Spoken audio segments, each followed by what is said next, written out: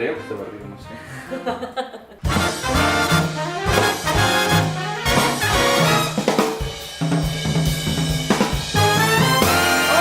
Bienvenidos al cuarto episodio de Los Monstruos Me Hablan.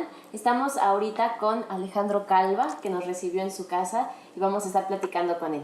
¿Cómo estás, Alejandro? Muy bien, Sara. Muchas gracias por recibirnos aquí, por darnos la entrevista aquí, para que todos estos actores y actrices escuchen un poquito de tu voz, cómo ha sido este camino de trabajo, de teatro, de cine, de tele y ahora incluso de la ANDA, ¿no? Entonces vamos a empezar por el principio. Sí. Que es, ¿por qué decidiste ser actor? No decidí ser actor. ¿Cómo fue? Sí, en realidad. ¿Cómo caíste? Pues en realidad no tenía yo mucha conciencia cuando mi madre me llevó al Museo del Chopo, a ese lugar en donde había teatro. Pues mis padres eran hippies, entonces me llevaban a eventos culturales y yo tenía 5 años cuando vi pues, a un mimo hacer un performance de mimo y yo llegué a la casa y me puse crema Nivea y me aprendí toda la rutina del mimo, la sabía completa. Entonces mi mamá pues, ya empezó a sospechar que tenía un hijo rarito desde entonces, ¿no? Ciertas capacidades particulares. Exacto, en las reuniones siempre el que hacía la magia, el que contaba el chiste, el que organizaba los juegos, siempre tuve esa habilidad para entretener a la gente y empecé incluso a dirigir. En esa época salió la película de Olivia Newton-John y John Travolta cuando yo era niño y entonces me monté Vaselina, ¿no? Uh-huh. Y luego con tus amiguillos, con mis primos, ni siquiera con mis amiguillos, con mis primos les monté y luego o sea, dirigías tú dirigía la puesta de Vaselina, a todos les ponía, yo hacía y todo, y hacía las coreografías y todo. Siempre me gustó la comedia musical mucho. Veía el diluvio que viene, me encantaba eso. Luego, en el club deportivo donde iba, en la Hawaii, había un taller de teatro y montaron El Pájaro Azul, entonces me metí, vi que estaba padre. Lo dirigía Carlos Ignacio, como comediante, actor. No sé si te acuerdas de Carlos Ignacio se llama. Por ahí todavía anda Carlos Ignacio. Él era el director del grupo de teatro de la UAI. Yo estudiaba yo hacía ejercicio, iba a clases de natación en la UAI de Ejército Nacional. Y ahí empecé a hacer pues, con chavos como de 15, 16 años. Yo era el único de 10, ¿no? 8, tenía 8, más bien, ni siquiera 10. Porque a los 10 ya luego vi. En ese tiempo no existía ni Imevisión, ni TV Azteca, bueno, menos TV Azteca, ¿no? Pero luego fue, Imevisión antes se llamaba el Canal 13 nada más. Uh-huh. Y en el Canal 13 había un programa que se llamaba Un Mundo Pequeñito. Y Javier Díaz Dueñas tenía una sección junto con Julio Lucena que se llamaba El Villano. Y te invitaban a comer pastel de tarántulas y no sé qué. Entonces, cuando era tu cumpleaños te hacían pasteles de arañas y no sé qué, y celebrabas tu cumpleaños con ellos. Yo veía ese programa y de pronto un día Javier Díaz Dueñas dijo: voy a hacer una compañía de teatro. Los niños que quieran actuar en mi compañía pueden venir a Periférico Sur 4121. Y entonces yo vivía en Satélite y mi mamá me dijo: estás bien, güey, ¿cómo te voy a llevar hasta Periférico Sur, no? Pero bueno, finalmente la convencí y había una audición para hacer La Bella Durmiente. Fui, hice mi audición y me quedé con el papel del príncipe de La Bella Durmiente. ¡No, wow! Entonces, me puse muy nervioso y leí, pero me quedé con el príncipe. Y ese fue mi primer trabajo en la tele, haciendo teatro clásico para niños. Después de La Bella Durmiente hicimos El Cartero del Rey, hicimos Sueño de una noche de verano, hicimos una comedia musical de cómo se hacía un programa de televisión. ¿Eso era un trabajo pagado? Sí, cuando lo grabamos. Cuando era en vivo no nos pagaban.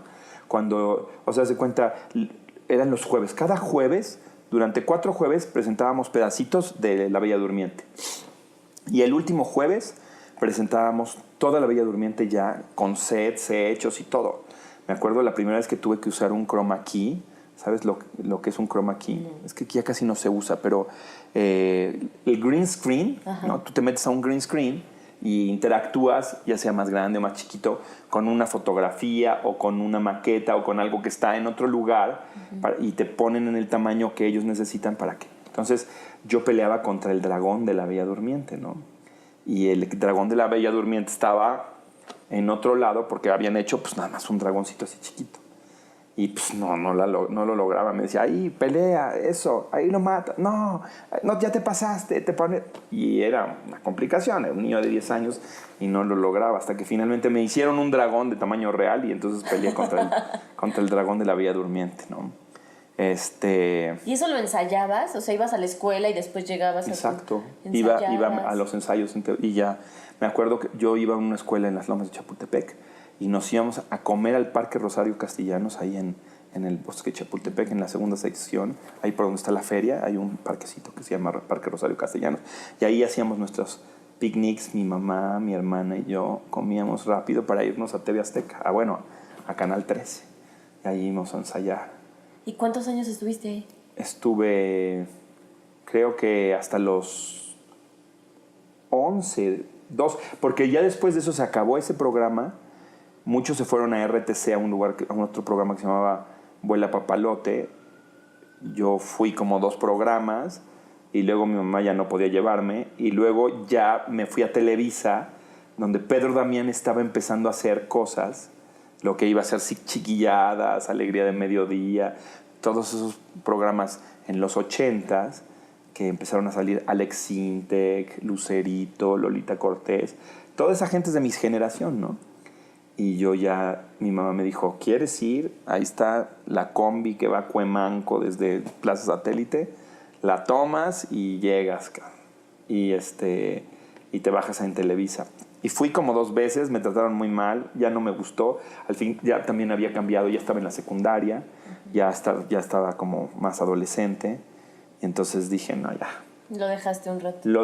Fíjate que lo dejé y no, porque después empecé a tener conciencia política, empecé a clavarme en el rollo de, pues eso, mis padres siempre fueron pues rojillos también, ¿no? Y entonces yo empecé a militar políticamente a los 13 años y empecé a hacer mi grupo de teatro dentro de el partido en el que yo militaba, ¿no? Y entonces hicimos Los Pastores de la Ciudad de Emilio Carballido y yo medio la dirigía y lo actuaba y enseñaba a chavos que pues, nunca habían actuado a actuar y todo, pero pues, siempre fui muy movido en ese sentido y seguía haciendo cosas, ¿no? Ya de manera amateur, pero sí, pues eso, con esa conciencia política, ¿no? Y luego cuando pues, tuve que trabajar, empecé a trabajar en una empresa de promociones y publicidad a la que contrataban a muchos actores. Antes de eso también estuve en un grupo de pantomima, también, ¿no? En medio de eso estuve en un grupo de pantomima y me enseñaron rutinas de las de Marcel Marceau, las máscaras, ese tipo de cosas así. También trabajé con eso. Y luego cuando yo trabajaba, era encargado de la bodega y de pronto empezaron a llegar payasitos a llevar cosas de promoción y pues dije, ay, aunque gane más en la bodega, prefiero ser payasito y entregar resistoles a las escuelas que estar aquí encerrado, ¿no? Entonces me metí con los payasitos a llevar resistoles a las escuelas. Había un programa que se hizo muy famoso primero que se llamaba Juguemos a Cantar. ¿Habías oído esa canción? Sí. Juguemos a cantar. Sí, me suena. Bueno, después, esta gente que hacía la promoción, que era Resistol, me parece, hizo un festival Ídolos del Futuro, que era como la continuación de Juguemos a Cantar. Y entonces yo como payasito llegaba y invitaba a los niños a que grabaran alguna de las canciones, les llevaba un disco LP, no de los chiquitos, de los de 33, para que oyeran el disco y se prendieran y grabaran en cassette su canción. Y nosotros íbamos a seleccionar y luego íbamos a ir a las delegaciones a hacer como la selección. Y los que iban ganando de cada delegación política iban al programa de Siempre en Domingo, no sé de dónde, para participar en Ídolos del Futuro, ¿no? Entonces yo trabajaba en esas promociones. Y pues me fui haciendo de amigos. Y yo al principio nada más trabajaba como payasito, me maquillaba para ir, ¿no? Pero luego me empezaron a salir ya fiestas. Y luego ya empecé a meterme a agencias y entonces ya trabajaba como payasito para fiestas infantiles y muchos años ya estudiando, después no decidí que no sabía qué iba a estudiar, acabé la secundaria y no sabía qué hacer, me dediqué a otras cosas, puse un taller de serigrafía, hice más cosas, pero seguía siempre teniendo el rollo de los fines de semana irme y hacer unas fiestas, y eso realmente era lo que me mantenía con vida, ¿no? O sea, ¿Nunca pensaste en meterte a estudiar actuación o así? Como que no. Fíjate que cuando era chavito y Javier Díaz Dueñas o Carlos Ignacio le decían a mi mamá, no lo dejé estudiar actuación solamente, dele una carrera, porque si no la hace como actor tiene que saber que hay otra opción. Entonces, eso se lo dijeron a mi mamá, yo lo oí, y para mí era muy claro que esto era un hobby, porque de esto no se vivía, y que claro, yo nunca tenía... viste la posibilidad entonces de dedicarte a eso y decir, o sea, esa es mi carrera. Sí había la posibilidad, es que yo vivía de eso, pero nunca me daba cuenta de que realmente se podía hacer. Para mí, ¿no? La profesión, y para mis padres también, era estudiar una licenciatura, volverme, ¿no? Primero quise ser maestro como mi mamá, luego quería estudiar pedagogía, luego quise estudiar historia, me gustaba mucho la historia, y yo decía, yo quiero ser un maestro de historia divertido, porque veía a mis maestros de la secundaria, algunos que eran una hueva total, y algunos que te contaban la historia y yo así de vivía la historia, ¿no? Hubiera sido maravilloso maestro de historia. Me encanta, ¿no? Sí, bueno, yo armarías ahí unas... Ahí tengo todavía mis Asterix y Obelix. ¿Has leído Asterix y Obelix? Claro que sí. Bueno, a mí me encantaba leer Asterix y Obelix, y aprendí de la historia de Roma con eso muchísimo, porque me clavaba, leía y luego decía, pero así fue, y me metía a los libros de historia, y me clavaba y me encantaba. Siempre en la primaria, porque fue también, como mis padres eran hippies, me metían a escuelas activas, y entonces yo iba a una escuela no tradicional, y entonces hacía conferencias, y siempre fue muy bueno haciendo conferencias. Entonces me gustaba mucho investigar y luego llegar y platicarles de manera coloquial, porque así era mi mamá también. Mi mamá era una maestra súper alivianada, que agarraba gizazos a sus alumnos que no ponían atención, y decía malas palabras y echaba mucho desmadre.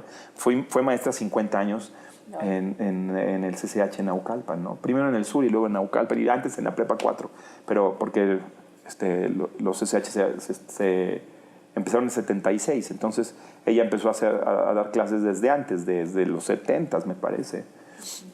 Entonces, pues sí, mi madre fue como mucha influencia para mí. Mi madre era así como muy desparpajada, muy bailadora, y yo, pues eso, mi padre chambeaba mucho y yo estaba más cerca de mi mamá. Tengo más la personalidad de mi jefa, ¿no? ¿Y cuál fue como el salto, cuál fue el momento o el proyecto por el que dijiste, sí me puedo dedicar a esto y sí va a ser mi forma de vida, mi forma de tener un ingreso y ya como mi carrera? Pues fue cuando ya tenía el taller de serigrafía, empecé a necesitar un diseñador. Mi socio era diseñador, pero pues él ya también se dedicaba a imprimir y todo. Pero a veces nos pedían logos y nos pedían cosas, y entonces de pronto invitamos a un amigo de él, que era de Mérida, y él empezó a hacer los bocetos y todo. Y entonces él me dijo, ¿por qué no te metes a un CEDART? Y yo dije, ¿qué es eso? Pues es un lugar en donde estudias la prepa y al mismo tiempo estudias una especialidad artística, y a ti te gusta mucho todo esto. Puedes estudiar danza, música, artes plásticas y actuación al mismo tiempo. Y yo dije, wow, ¿dónde está eso? Quiero saber. Me metí a investigar, vi cómo estaba el rollo, supe que iba a necesitar más la ayuda de mi jefe, porque si ya me iba a volver a meter a la prepa, pues ya no podía estar solamente en los negocios. Entonces le dije a mi jefe que sí me apoyaba, me dijo que sí, que todo lo que tuviera que ver con la escuela, todo bien, pero que pues, las comidas y todo eso, pues yo los iba a tener que seguir pagando. Entonces dije, bueno, sí, con la chamba de payaso puedes salir y todo, no hay bronca. Luego ya hasta le metía goles, le hacía facturas de libros que según esto iba a comprar, y no compraba ni madres, y me gastaba la lana. Pero digamos que para mi papá era muy importante que yo estudiara, ¿no? Y entonces sí me ayudó muchísimo, y me metí a CEDART a los 17 años, porque digamos que iba como bien, pero a los 14 ya no estudié, o sea, ni acabé la secundaria, y luego ya como que me costó trabajo. Finalmente la saqué en abierta, y luego ya, según yo, ya no iba a estudiar la prepa, y luego ya dije, bueno, sí, y creo que hasta los 18 años te dejaban entrar en CEDART. Entonces fue así de panzazo entré, y CEDART fue para mí ¿sabes? Entendí muchas cosas que ya hacía, pero que pues no le podía poner como nombre y apellido a muchas cosas. Ya intuitivamente pues nunca había leído Stanislavski, nunca había leído nada, ¿me entiendes? Y de pronto era así de, órale. Pues yo había trabajado ya en, ¿sabes? Desde en vecindades de damnificados por el sismo hasta en ferias de 1,000 personas. Había hecho muchísimas cosas como payaso, muchísimas cosas. Y entonces empecé a entender muchas de las cosas que ya hacía. Armamos un grupo de títeres, que trabajábamos mucho con cooperación global para un mundo mejor. Alejandro Calvillo tenía ese grupo, que ahora ya es Greenpeace él. Pero pues estábamos en esa ONG haciendo cosas como de tipo... difundiendo la ecología en ese momento. Hacíamos como muchas cosas. Luego tuvimos un programa en un programa de esos de revista como Hoy, como Un Nuevo Día y eso, y teníamos nuestra sección de títeres y entonces hacíamos como pequeñas capsulitas sobre ecología y entonces escribíamos, hacíamos los títeres, los presentábamos, no ganábamos un centavo, pero estábamos todos los días clavados haciendo títeres en la azotea de la casa de un amigo aquí en la Roma. Acondicionamos y ahí teníamos nuestro taller de títeres y mientras unos escribían, los otros hacían. Y entonces, pero pues claro, no teníamos ningún contacto para presentarnos. Nosotros nos presentábamos en la calle o nos presentábamos en estos lugares o a veces nos vendían funciones y todo. Y claro, no me alcanzaba para comer ni nada, ¿no? Pero yo ahí clavadísimo. Y entonces de pronto un amigo me invitó a vender mariscos. Entonces los viernes en la noche me iba a Poza Rica, Veracruz, a encontrar los camiones que venían con los barcos de camarones. Llegábamos y comprábamos mariscos y nos los traíamos a la Ciudad de México y los entregábamos en las lomas, en Bosques de las Lomas, en Tecamachalco, a las señoras ricas, y se los vendíamos como si los compraran en el mercado de la Viga y nosotros les sacábamos 4 veces más el precio, ¿no? Y de ahí te mantenías. Y de ahí empecé a mantenerme muy bien, y después tuve un accidente y perdí el coche de mi papá que me prestaba, se hizo pedazos y lo tenía que recuperar, ¿me entiendes? Entonces pues, se acabó el negocio del marisco, pero con la lana que había ganado empecé a construir el coche, y en donde se había quedado era un lugar padrísimo que se llama Huauchinango, Puebla, que es en la Sierra Norte de Puebla, y ahí conocí a una banda maravillosa que tenía una estación de radio que se llamaba XNG, Nueva Generación, y tenían programas que se llamaban Los Rupestres, que tenían música de Rodrigo González, de Silvio Rodríguez, de la Nueva Trova. Y entonces yo dije, puta, de aquí soy, aquí. Y entonces empecé a hacer cosas con ellos, que era un grupo cultural, tenía una casa de la cultura padrísima, que era un extemplo, y entonces traíamos cosas de México para Huauchinango y hacíamos eventos culturales padrísimos y me dieron mi sección que se llamaba Más que una cabra de remate, que ponía música de Lelutier, componía música de Chava Flores, hacía personajes, hacía Doctora Corazón y la gente hablaba y yo les recomendaba qué hacer con sus parejas, pero puro desmadre, ¿me entiendes? En realidad. Y en las noches luego también teníamos un bar que se llamaba el Bar D'Artagnan, en donde un amigo tocaba la guitarra y yo cantaba canciones de Nacha Guevara y hacía como sketches que yo conocía. ¿Ahí ya habías acabado CEDART? No, ya estaba por acabar CEDART, sí. Ya entraba en la Facultad de Filosofía y Letras. Y luego cuando entré a la facultad, o sea, ya en ese momento dije, pues ya de aquí soy. O sea, en realidad ya no había manera de negar la cruz de mi parroquia, ¿no? Todo el tiempo estaba haciendo cosas, todo el tiempo estaba escribiendo. Incluso ya en la facultad yo entré para dirección. Pero pues al principio no te dan nada de dirección, ¿no? Yo decía, yo ya fui actor, ya sé cómo está la onda, pero quiero aprender a dirigir. O sea, ya a los 19 años, a los 21 años un güey ya, según esto, ya se las sabía todas, ¿no? Sí, pero ya habías hecho 1000 cosas. Ya había hecho 1000 cosas, sí. Mucho más que todos los demás compañeros. Muchísimo más, sí. Todos estaban así de, pues estudié primaria, secundaria, preparatoria y ahora voy a empezar a ver qué hago. Yo ya sabía que hacía desde hace muchos años, ¿no? Y entonces, al mismo tiempo que estudiaba en la facultad, entré con Gurrola al núcleo de estudios teatrales.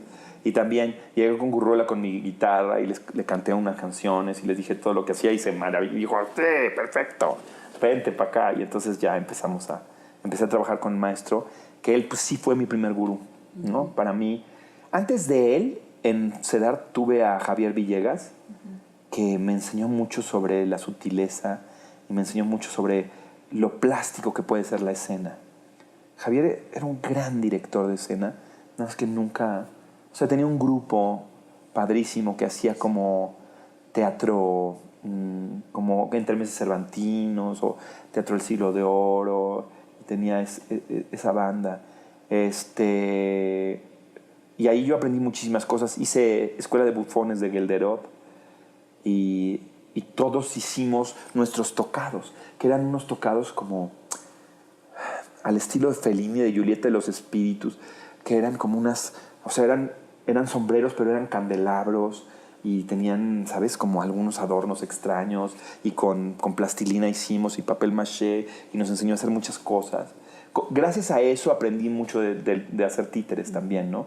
Siempre me había gustado mucho estar como metido en la producción, meter las manos y hacer cosas, ¿no? De hecho, mis primeros trabajos ya como dramaturgo le entraba a la producción, ¿me entiendes? O sea, cuando escribía cosas y las dirigía, es que antes de tener hijos o antes de tener hijas, yo hacía todo. De todo. Y ya después dije, no, pues es una responsabilidad enorme. Es como un hijo hacer un proyecto y tenerlo.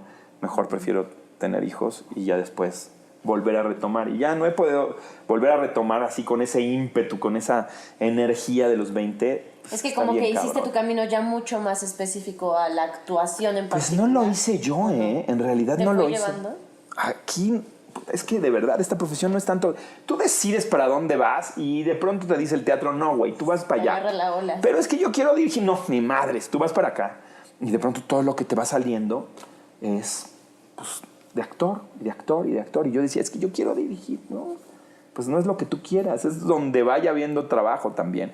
Creo que también ahí tienes que tener esa sensibilidad de ver, ¿no? En dónde puedes funcionar, en dónde la banda, te dije, ¿sabes? Es una sensibilidad de aprender a trabajar en equipo y saber qué pieza eres de este rompecabezas y cómo funcionas en esa pieza del rompecabezas, ¿no?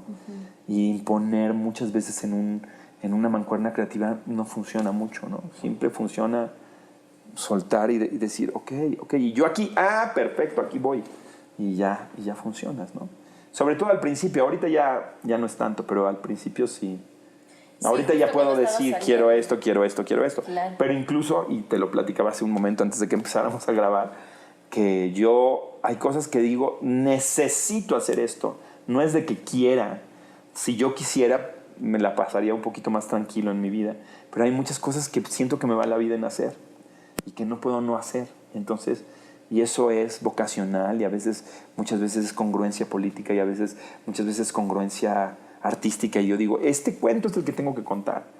El otro me da de comer, pero este es el que tengo que contar. No hay manera de no hacerlo. Y vas y lo cuentas porque pues, sabes que es importante contarlo. Que hay una generación que necesita escuchar eso. Y desearías que todo el mundo viera El Ogrito, por ejemplo, hablando de ¿no? Específicamente. Quiero que todo el mundo vea esa obra de teatro.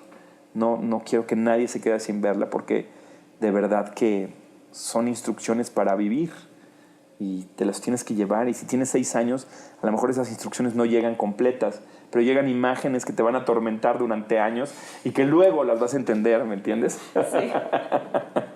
Y eso está padre, de eso se trata el teatro, ¿no? Entonces, cuando agarras ya camino, cuando ya dijiste, ya de aquí de esto voy a vivir y voy a vivir bien y no voy a dejar de hacerlo y no voy a encontrar otra carrera, entras a la fac, entras al NET, acabas. Sí. Y te tocó en algún momento, es que no te veo ahí, la verdad, no te veo estando desempleado y diciendo, ¿y ahora qué hago? Te veo sin más varo. bien probablemente sin dinero, pero trabajando Eso, a full. Exacto, no teniendo que comer, pero no parando. Eso era lo que me pasaba siempre. ¿Cuánto tiempo pasó para que eso cambiara? ¿O qué tuvo que pasar para que eso cambiara y encontraras como el balance de trabajar en lo que te gusta, hacer lo que te gusta, pero vivir bien también haciendo eso?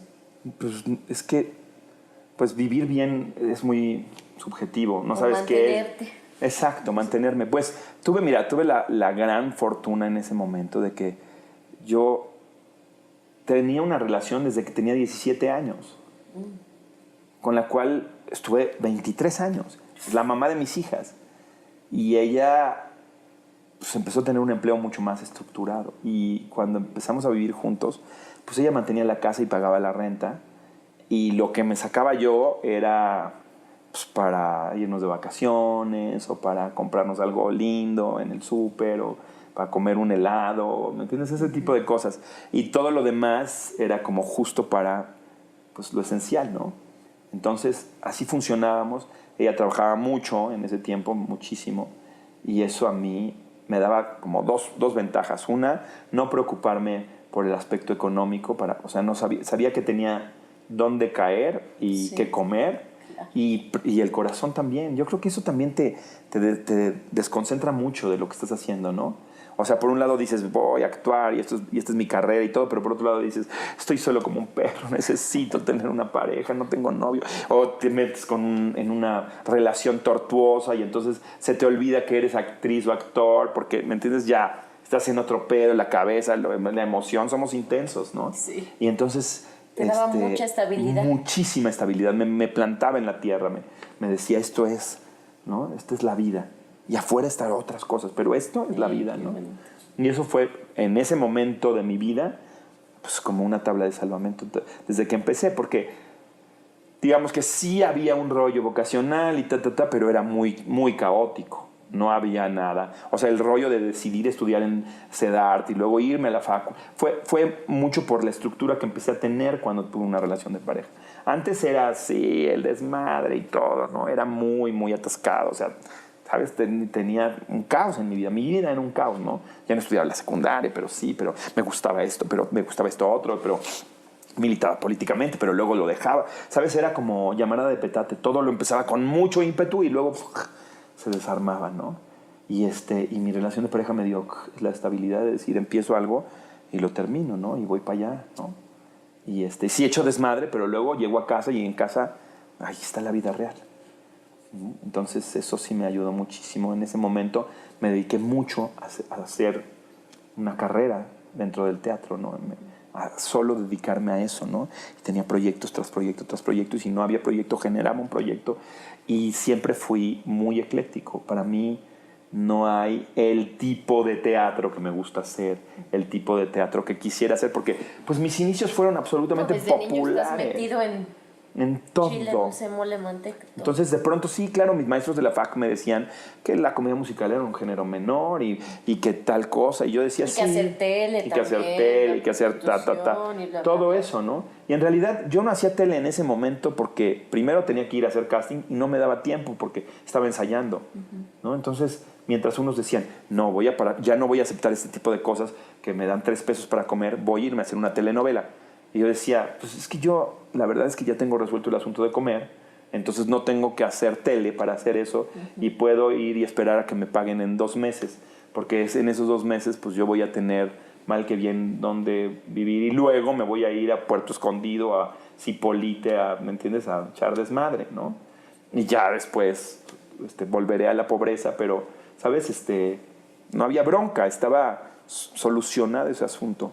¿Has sentido estos momentos de justo cuando esa estabilidad se pierde, cuando de repente tienes 3 meses de no tener trabajo y que ya sí tienes ganas de hacer esto, pero no amarra, y quieres esto, pero ya se cayó, pero quieres esto, y que de repente llegas a un momento en el que tienes un buen tiempo de no estar haciendo nada? ¿Te ha pasado?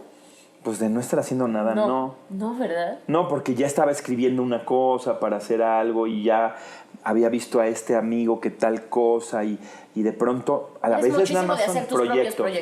Y de sumarme a los proyectos de otra gente, ¿no? O sea, he hecho 1000 cosas. Cuando de pronto daba clases yo aprendí improvisación en los finales de los 80s, a principios de los 90s ya estábamos como con un grupo de gente que hacíamos impro, que fuimos los maestros de las últimas generaciones de improvisadores que hay, pero en ese momento no se podía vivir de la impro, pero sí se podía dar clases de la técnica porque nadie sabía la técnica, habíamos muy poquitos que sabíamos la técnica de impro, ¿no? Ahora sí ya levantas una piedra y hay un chorro de maestros de impro, sí. Pero en ese momento era algo muy inusual, y entonces yo daba clases de impro a muchas gentes, ¿no? Sí, y eran un grupo muy particular Y éramos ustedes. un grupo muy particular. Cualquiera que exacto. hablara de impro, Sabíamos que sabía éramos que eran nosotros. ustedes, ¿no? Exacto. Sí. Entonces empecé a dar clases en el Museo del Niño y daba solo clases de impro. Iba y hacía juegos con los alumnos, con los chavos y me iba. Pero luego me di cuenta de que estas clases de impro eran parte de un programa de capacitación en donde creían que los chavos iban a ser creativos porque les enseñáramos clases así. Digo, que les diéramos juegos y dinámicas. Y todo lo demás que les daban en ese programa de capacitación era académico, absolutamente académico. Entonces ellos se sentaban y escribían y les daban anotaciones y luego les decían, bueno, esto que hicimos no lo vayan a hacer, ¿eh? Hagan lo que hace el maestro de teatro, que es desmadroso. Entonces yo decía, hay una contradicción horrible. Sí, no está incluido. Y en ese momento fue que me embaracé, ¿no? Que ya iba a procrear, a reproducirme. Y entonces dije, no la voy a armar como actor nada más. No me va tan bien como para sobrevivir con unas chavitas. Necesito seguro social, necesito vale despensas y ticket restaurantes. Necesito seguridad, ¿no? Necesito una estabilidad que no me da la actuación y que pues, tampoco con el sueldo de la mamá de mis hijas la vamos a armar. Entonces me desarrollé un programa de capacitación para el área de servicios educativos del Museo del Niño. Entonces decía, bueno, ¿cómo les enseñan biología? ¿Qué es lo que tienen que aprender? Bueno, pues un juego para la cadena alimenticia y un juego para la mitosis y la meiosis y un juego para tal. Y entonces empecé a diseñar juegos que a veces tuve que adecuar, pero que se me ocurría que podían ser divertidos. Saqué de las aulas a los guías escolares para que se pusieran a jugar y que aprendieran también y reprodujeran en el juego la información para los chavitos. Entonces, esa programa de capacitación que diseñé para el Museo del Niño se sigue aplicando hasta el momento, siguen haciendo eso y me volví gerente de capacitación. O sea, has utilizado tus habilidades histriónicas y tus capacidades artísticas para crear un montón de cosas y trabajar en un montón de cosas que no son particularmente actuación ni teatro. Así es. Y eso es lo que te mantiene moviéndote. Totalmente. En mil cosas. Claro, dices, ¿cuáles son mis habilidades? ¿Qué es lo? Y encontrar como tus fortalezas y con esas fortalezas sobrevivir en el mundo en donde te dicen, no, pues por aquí no, pues por acá. Ajá. Y por acá con estas herramientas y por acá pues con estas otras herramientas, ¿no? Sí, que incluso es lo que hablábamos hace ratito, antes de empezar también la entrevista, sobre la ANDA, ¿no? Exacto. Sobre ahora este nuevo proceso en tu vida. Exacto. Que estás trabajando aquí y que tienes que usar todas estas capacidades pues también histriónicas, ¿no? De saber cómo hablarle a la gente, cómo acercarte a alguien, cómo pedir algo, cómo menguar algo. Pues sí, es un personaje que estoy aprendiendo a hacer, ¿no? Tiene algunos elementos que les sirven y que les voy a pegar y hay otros que los tengo que aprender. Y también en el camino eso, vas aprendiendo de códigos de lenguaje. Si de pronto tengo que estar en el mundo de la publicidad, entiendo los códigos y los lenguajes de la publicidad, y entonces empiezo a trabajar con ellos. También a partir de esta experiencia con el Museo del Niño diseñé programas de capacitación para creativos de empresas de publicidad, ¿no? Entonces empecé a hacer como ese tipo de cosas. Pero he hecho todo, he escrito cómics, ¿no? Los Pequeños Muppets, muchos guiones fueron míos que yo escribí, ¿no? Ya antes se compraban los cómics y ahora ya no he visto, pero Los Pequeños Muppets, yo hacía los guiones de Los Pequeños Muppets. Yo los compraba. ¿Ah, sí? Sí, en mi infancia. Pues por ahí debo de tener algunos que fueron escritos por mí. Y eso, o sea, hacía lo que encontraba la gente. Siempre he tenido, creo que ahora se ha disminuido un poquito porque la chamba me abruma y muchas cosas, pero siempre tuve una gran curiosidad por saber quién era la otra persona y qué era lo que hacía. Entonces, mi mamá decía que tenía hojas de pregunta, entonces todo el tiempo estaba como queriendo saber quién era la otra gente, ¿no? Y de pronto, ¿qué tenía que ver conmigo? Y de pronto en eso también tiene que ver con, ¿qué es ese trabajo? Porque se ve que hay mucho trabajo ahí. Entonces, a lo mejor estaría padre saber qué tengo yo que ver con ese trabajo. Y entonces, de pronto, descubrir que sí tienes algo que ver con ese trabajo e inventártelo es como un poco pues, un material de supervivencia que encontré que es muy importante. Pero si yo pudiera resumir lo que ha sido mi camino por esta profesión, ha sido pues, el absoluto placer que me genera el hacer lo que hago y que no tengo un lugar a donde llegar, nunca lo he tenido, no sé a dónde voy, o sea, sé que el camino está divertidísimo y estoy disfrutando el viaje mucho. Y siempre lo he disfrutado. A veces me agobio, pero a pesar del agobio me subo al escenario, respiro y digo, voy. Y sé, ¿por qué estoy haciendo eso? Le encuentro sentido. Y acabo hecho mierda. Pero luego digo, pues sí, pero hace 2 segundos no estaba pensando en que no iba a poder dormir. O sea, que tenía 4 funciones en un día, ¿no? Entonces, creo que es eso. Si tú disfrutas del viaje, no pasa nada. O sea, el agobio sucede porque crees que vas para allá y que el camino es de aquí a allá y que tú tienes que ir suponiendo piedritas para llegar a eso. Y entonces ahí empieza la frustración y empiezan 1000 cosas. Digo, me ha pasado a mí, que yo digo, bueno, entonces ahora lo que yo tengo que hacer, ya trabajo en la Compañía Nacional de Teatro, entonces ahora tengo que hacer solo producciones de la Compañía Nacional de Teatro, y de pronto me ofrecen una telenovela y digo, pero si también me gusta hacer telenovela, ¿no? Pues voy y hago mi telenovela y me divierto y ¿sabes?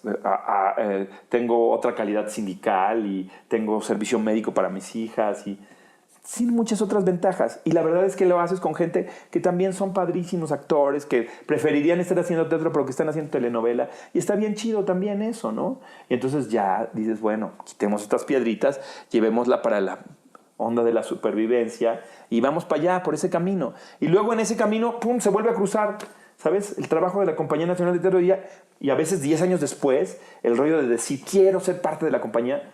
Ahorita ya no quiero ser parte de la Compañía Nacional de Teatro. Ya no me cuadra, ¿me entiendes? Hubiera sido maravilloso que hace 10 años hubiera habido una compañía estable y seguramente hubiera estado ahí. Pero ya no. Ya no es lo que fue pasando en mi vida, ¿no? Entonces, sí, el viaje es muy importante disfrutarlo. Y olvidar la frustración y encontrar como lo que está padre de lo que estás haciendo.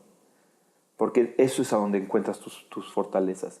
En esa escaneo de qué es lo que necesitan de mí, encuentras que eso que necesitan de ti es muy disfrutable, ¿no? El poder, no sé si es vocación de servicio o qué, pero el poder ponerte al servicio del otro haciendo algo en lo que eres fuerte y en lo que está chido.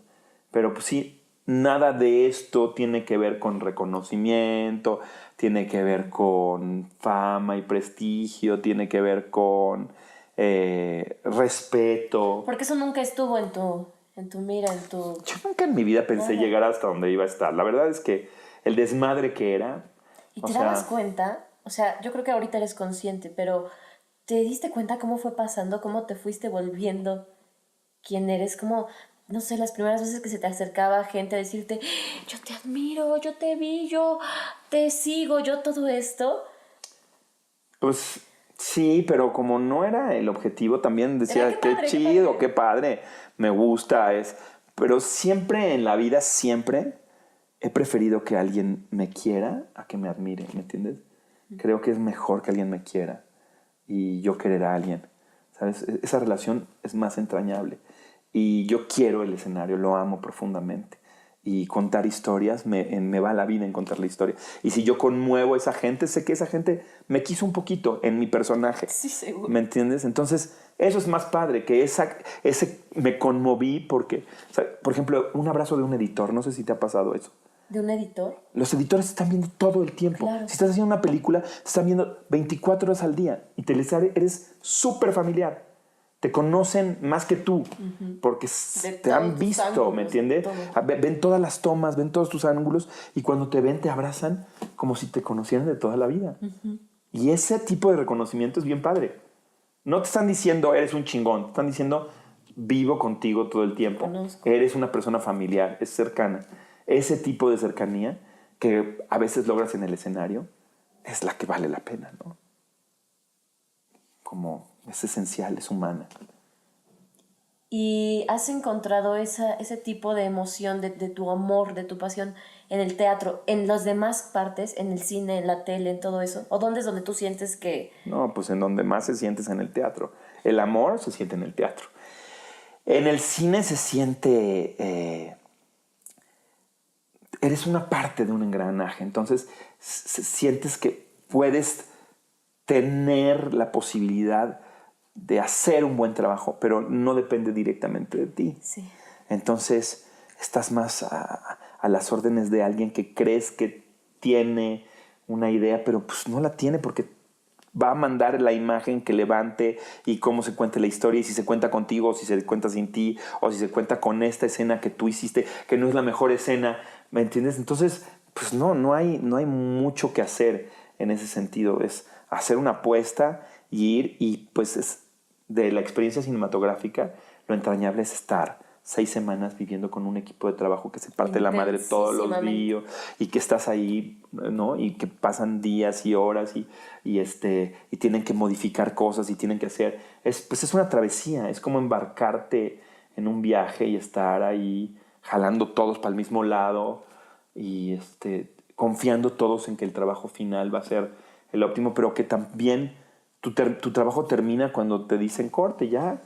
Y todo lo demás va a depender de un chingo de gente, ¿no? Entonces ahí no hay tanto. O sea, es el amor de los compañeros lo que hace que esté padre, ¿no? El poder, tener relaciones.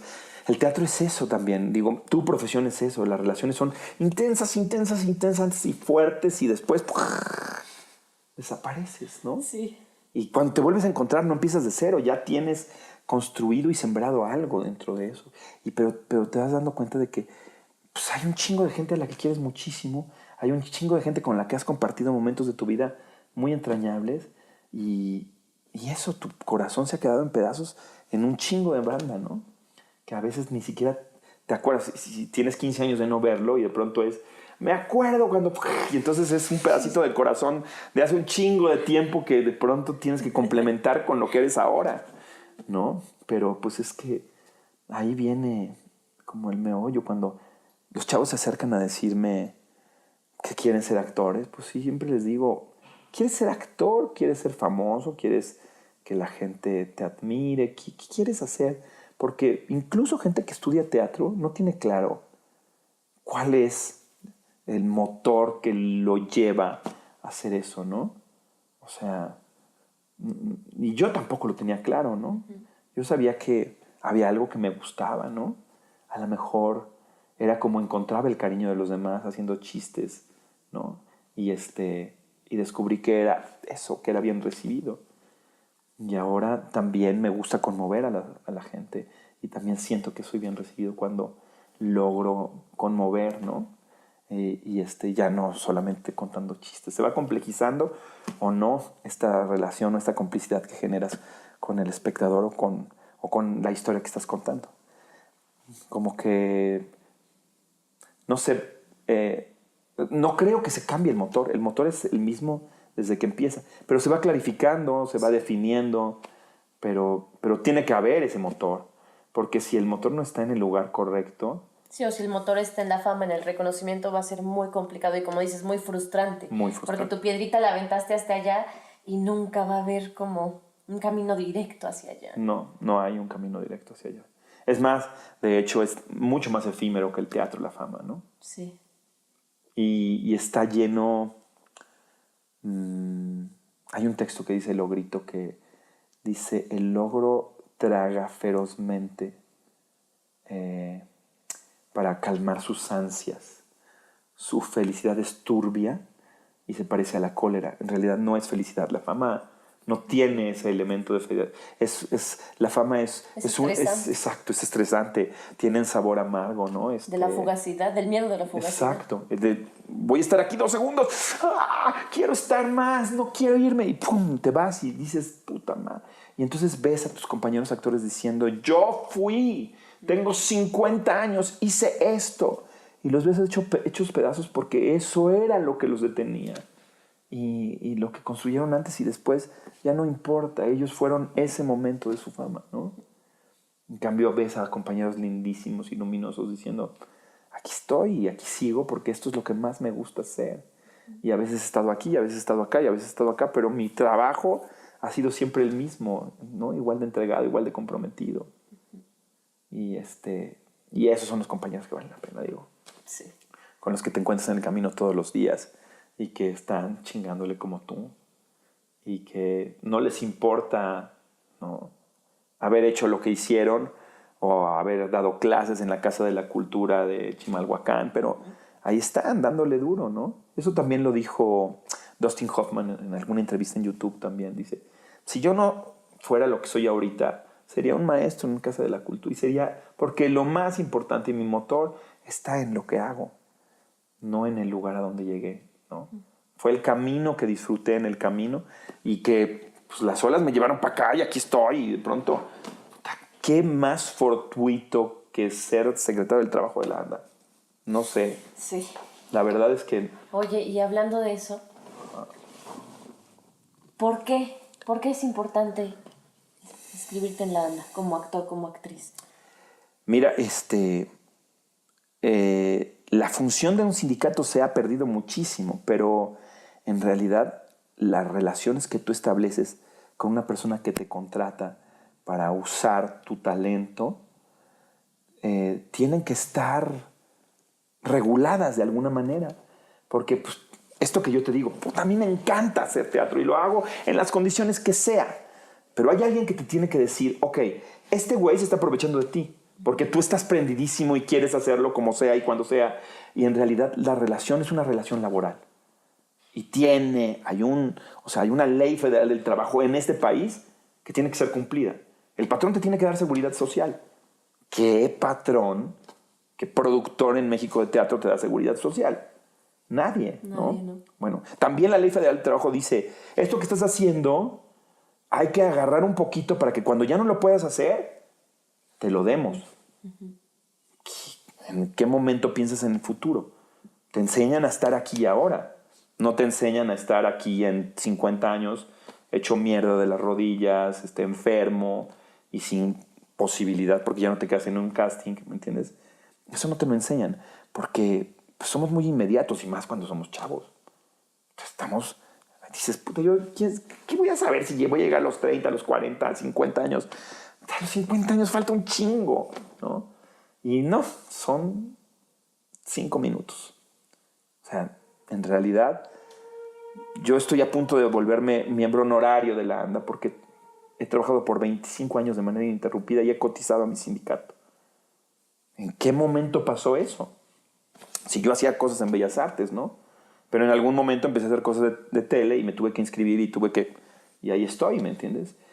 Entonces, todo eso que no sabemos los actores, lo sabe el sindicato. Y el sindicato tendría que estar presente en cada momento de tu vida laboral. Desgraciadamente, por ejemplo, no somos algo que se llama el apartado B, que sí lo tienen los trabajadores de Bellas Artes, que están sindicalizados. Pero la ANDA no tiene esas posibilidades de estar cerca de los trabajadores de la cultura. Estamos haciendo las cosas para que la ANDA se acerque a los trabajadores de la cultura, para protegerlos, para cuidarlos, no para aprovecharnos de las condiciones. O sea, esa es la idea. La idea es que los sindicatos tendrían que tener esa función. Los sindicatos a través del tiempo, como a los patrones no les ha convenido nunca que haya alguien que vele por los intereses de los trabajadores, pues han corrompido a sus líderes y han hecho que los sindicatos no tengan la función específica que es abogar por el derecho del trabajador, sino abogar por la casa en Acapulco de uno de sus líderes, ¿me entiendes? Eso, la ANDA no es la excepción. La ANDA fue saqueada y fue malversada y fue manipulada durante todo de hecho, el perfil del sindicato siempre fue un perfil de un sindicato blanco cercano al PRI y que tenía una curul en el Senado para la persona que había sido secretaria general de la ANDA, ¿no? Llámese Ignacio López Tarso, Silvia Pinal, todos ellos se sirvieron del sindicato para escalar políticamente. Ninguno de las personas que estamos actualmente en el comité ejecutivo tenemos ni el más mínimo interés de volvernos políticos. Sí. Es más, nos dan una hueva y un miedo terrible ser político. ¿Qué es lo que necesitamos hacer? Bueno, el sindicato se estaba cayendo a pedazos. Era tal el nivel de corrupción en todos los niveles, o sea, es decir, roban desde los trabajadores de confianza hasta los secretarios de cada una del comité ejecutivo, o sea, había fugas de dinero por todos lados y pues no llegaban a previsión social. Previsión social es una especie de barril sin fondo en donde pues, el sindicato tiene muchísimos viejitos y hay que atenderlos a todos. Un tratamiento de cáncer te cuesta millones de pesos, desde el momento en que es detectado hasta, digamos, en cuanto hay una remisión o un fallecimiento. Cuesta muchísimo dinero. Y eso el sindicato lo absorbe. Entonces, pues, es imposible estar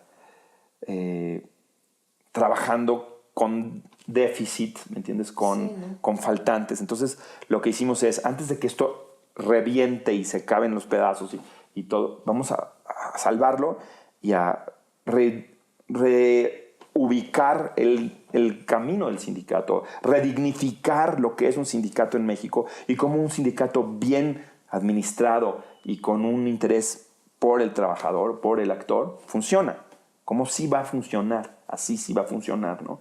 Hay muchos compañeros que estuvieron dentro de este movimiento del SAI y todo, que se salieron de la ANDA y que hicieron un sindicato de actores independientes, que se dieron cuenta del error que era empezar de cero un movimiento que, pues, y además en ese momento solamente había 2 televisoras y había vetos y había gente muy poderosa alrededor que cerraron, bloquearon las posibilidades de que los demás actores pudieran hacer otra cosa. Entonces todos regresaron con la cola entre las patas. No queríamos que nos volviera a pasar eso. No queríamos salirnos del sindicato. Pero también nos dábamos cuenta de que en este momento las personas que más cotizamos y que hacemos que la ANDA somos nosotros.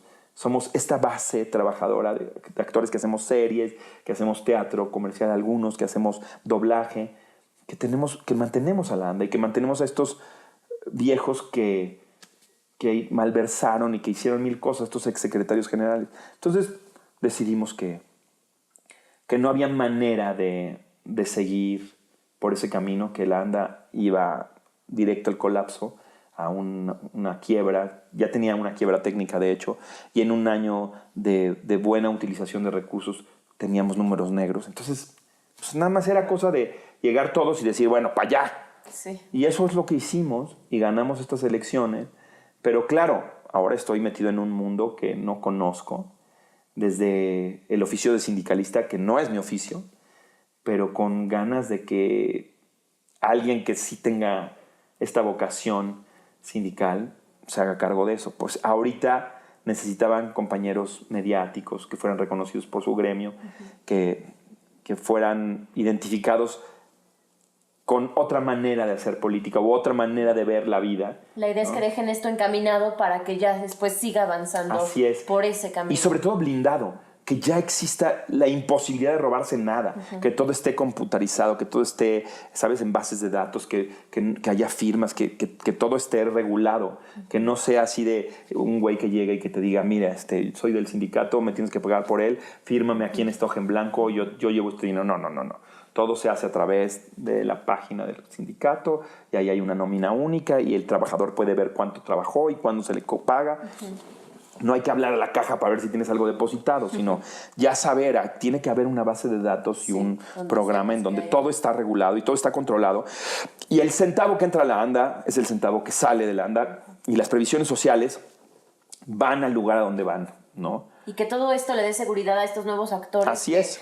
Porque siempre hay como una duda de, híjole, es que un sindicato, siempre la palabra pesa tanto. Mucho. Y hay tanta información sobre la ANDA, sobre cómo se manejaba y todo Claro. esto, que supongo que muchos actores y actrices están pensando, pero sí me meto a la ANDA, no. Pues ahora más que nunca. Por ejemplo, tenemos unos estatutos que son anticonstitucionales. Ahorita la persona que entra y se integra a la ANDA no tiene derecho a voz ni a voto hasta que se vuelve activa. Está pagando y no recibe nada a cambio. Hay que modificar los estatutos para que desde el momento en que entras tengas el derecho constitucional de votar y ser votado. Eso no puede ser que no puedas votar o opinar y todo. Ahorita tenemos un recurso que se llama juntas de especialidades. Lo que queremos es que los actores jóvenes que se están dedicando al teatro vayan a la especialidad de teatro y digan, esto es lo que pasa en las producciones, ¿sabes? Este es el dinero que se invierte, es el dinero que sale. ¿Cómo hacemos para que el sindicato entre sin desangrar a los productores y que entre a cuidarnos y a protegernos y que yo tenga seguridad social, ¿me entiendes? Y las especialidades de stuntman tienen eso y la especialidad de doblaje tiene... Hoy en un ratito me tengo que ir a hablar con la gente de doblaje para hablar sobre contratos colectivos, sobre posibilidades de tal. Estaba muy poco regulada el doblaje en México. Nosotros estamos a punto punto de lograr que haya una homologación en los salarios, porque dependiendo de la empresa de doblaje es lo que te pagan. Sí. Entonces tenemos que homologar los salarios para que todos paguen lo mismo, para que haya una nómina para todos. Y luego de eso, que firmamos este contrato homologado, tenemos que ir al Senado para hacer que el doblaje sea reconocido en México como una industria. Y ¿sabes? Hay muchas cosas que hacer. Sí, es un camino que queda... Enorme. Enorme. Enorme, sí. Los usos y costumbres se tienen que modificar. Tiene que haber un manual de procedimientos para todo. ¿Me entiendes? Todo tiene que ser regulado. Pero es el mejor momento para inscribirse. Hoy es el mejor momento para que la gente llegue y diga, yo quiero ahora. El problema es que no puedes llegar y decir, yo quiero ser sindicalizado. No. Tienes que decir, ese es mi contrato de trabajo. Tienes que tener un contrato y ahora sí, a partir de ahí empezar a trabajar. Pero sí, la idea es, yo quiero ir por ANDA y exigir en tus producciones que haya ANDA y decirles, la ANDA no es la ANDA que era antes, ahora es otra ANDA nueva. Llamen al supervisor, si es teatro, al supervisor de teatro de la Secretaría del Trabajo y va a hablar con el productor y se va a poner de acuerdo. Porque lo que más nos interesa es que existe el sindicato, no que a ver cuánto dinero me puedo sacar de esta producción, ¿no? Es eso. Uf, padrísimo. Pues creo que con eso nos podríamos despedir ya de esta entrevista. Creo que dejaste muchísima información y muchísimas cosas en nuestro cerebro y en todo, como para irlo pensando. Qué padre toda la historia, todo tu caminito, toda tu carrera, cómo has llegado hasta acá, todo lo que estás metido. Creo que es algo como que puede provocar mucho en la gente que te escuche, pues que ojalá. Puede provocar mucho justo a no quedarnos como quietos esperando que algo pase en nuestras vidas, que alguien nos llame, que alguien nos invite, que se muevan las montañas y nos volvamos súper triunfadores y famosos, ¿no? Sino como seguir estos pequeños, no parar, esta pasión que te ha movido a llegar hasta donde estás ahorita y que te sigue moviendo, ¿no? Que no te ha acomodado en tus laureles ahí a descansar, ¿no? Sino que es una pasión que te ha impulsado siempre. Totalmente. Uno es tan bueno como el último trabajo que ha hecho. Y lo que hay atrás, pues es historia, pero no tiene nada que ver con lo que eres. Eres lo que eres ahora, todos los días, ¿no? Todos los días. Tienes que ser una buena persona, tienes que ser una persona entrañable para la gente, querida para la gente. Tienes que tirar buena onda en la vida para regresar, que te regrese buena onda. No sé, hay mil cosas que creo que vas aprendiendo en este camino y que a mí me gusta contagiar este ímpetu, pero fórmulas mágicas no existen en ningún lado, no hay una manera. Si el motor no es verdadero, también se nota, ¿no? La gente que genera sus proyectos, pero que esos proyectos no tienen un sustento de alma, de vida detrás, también se nota, ¿no? Me han invitado a millones de proyectos de gente que dice, pues como nadie me llama, voy a hacer esto, pero pues en realidad no es eso. No es porque nadie me llame, sino porque yo digo, puta, no mames, ¿qué es este texto? ¿Por qué nadie lo vio? Hay que montarlo. Quiero trabajar con él. Y entonces ahí te va la vida. Si es, a ver, pues léete una obra de teatro, a ver, hay que montar algo, cabrón, lo que sea para... ¿no? Creo que en el bar, ¿no? Ay, las reinas chulas que me den chamba. En teatro en corto, escríbete algo de 15 minutos. Ya no es porque te va la vida, ¿me entiendes? Sí, a veces el hambre te genera ganas de hacer algo, pero es un primer motor, es decir, puta, no voy a estar sin trabajo un mes. Y entonces me dejo contagiar por, ok, ya sé, voy a hacer esto y esto y esto y esto, pero ya el motor se empezó a generar a través de lo que vas a hacer, ¿no? A lo mejor el principio sí fue el hambre. Sí, si no es cuando la carrera se vuelve pesada y se vuelve un ancla que tienes que estar cargando y que ya no tiene sentido, ¿no? Sí, exacto, sí. Cuando las cosas que estás haciendo las estás haciendo por encargo, porque no había de otra, porque quisieras estar en esa producción, pero estás aquí.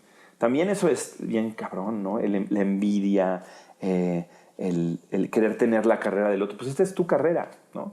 A mí me hubiera encantado que alguien a los 15 años me descubriera y me hiciera famoso. No es cierto, no me hubiera encantado. Pero bueno, hay mucha gente que dice, puta, ¿por qué no fui cajera de ahorrera? ¿Por qué no me tocó esta otra realidad de vida? Pues no, es tu realidad de vida, ni modo, ¿no? Y tengo unos parientes cirqueros que siempre le dijeron a mi papá que no se dedique a esto. Aquí hay mucha droga y homosexualidad. ¿Entiendes? Entonces... yo digo, pues ya me acabé todas las drogas y las homosexualidades, ya no hay más. Sigamos adelante en este camino. No, creo que sí es importante descubrir ese motor en cada quien y Y a lo mejor el motor, no sé, hay mucha gente que no tiene virtudes, que tiene defectos o pecados. También esos son motores bien cabrones, ¿no? Pero hay que sublimarlos, ¿no? O sea, que no solamente sea este rollo destructivo. Si es envidia, que sea una envidia genial, ¿me entiendes? Que salga de algún lugar, ¿no? Que no sea una envidilla ahí, que sea una... Sí, que genere algo. Que genere algo cabrón artísticamente, ¿no? Hay gente que escribe convulsivamente y es muy bonito lo que escribe y tú lo ves y te identificas, ¿no? Para mí no nada más está el virtuosismo o más bien las emociones puras, el decir quiero tener un montón de amigos o quiero que la gente me quiera. No, a veces digo quiero demostrarle a mi mamá que no estuvo bien tirarme a la basura cuando era niña, ¿me entiendes? Ese tipo de cosas así tan terribles que luego hay historias de vida que ves mucho en los dramaturgos y en las historias y en los actores que de pronto traen este rollo ahí, pero que es su motor de vida. Y que a veces es un motor bien padre también, ¿no? Sí. Ay, pues muchas gracias. No, de nada. Qué padre entrevista y qué sabroso todo. Muchas gracias por Gracias, recibirnos. Ojalá que les haya gustado la entrevista, que se queden con un montón de cosas para pensar, para hacer, para crear. Y nos vemos, con esto terminamos los primeros 4 episodios que son de actores y actrices de teatro. Nuestro siguiente episodio va a empezar a ser con directores y directoras de teatro. Entonces, wow. Nos vemos la próxima vez. Muchas gracias. Gracias por mi momentito. Sí.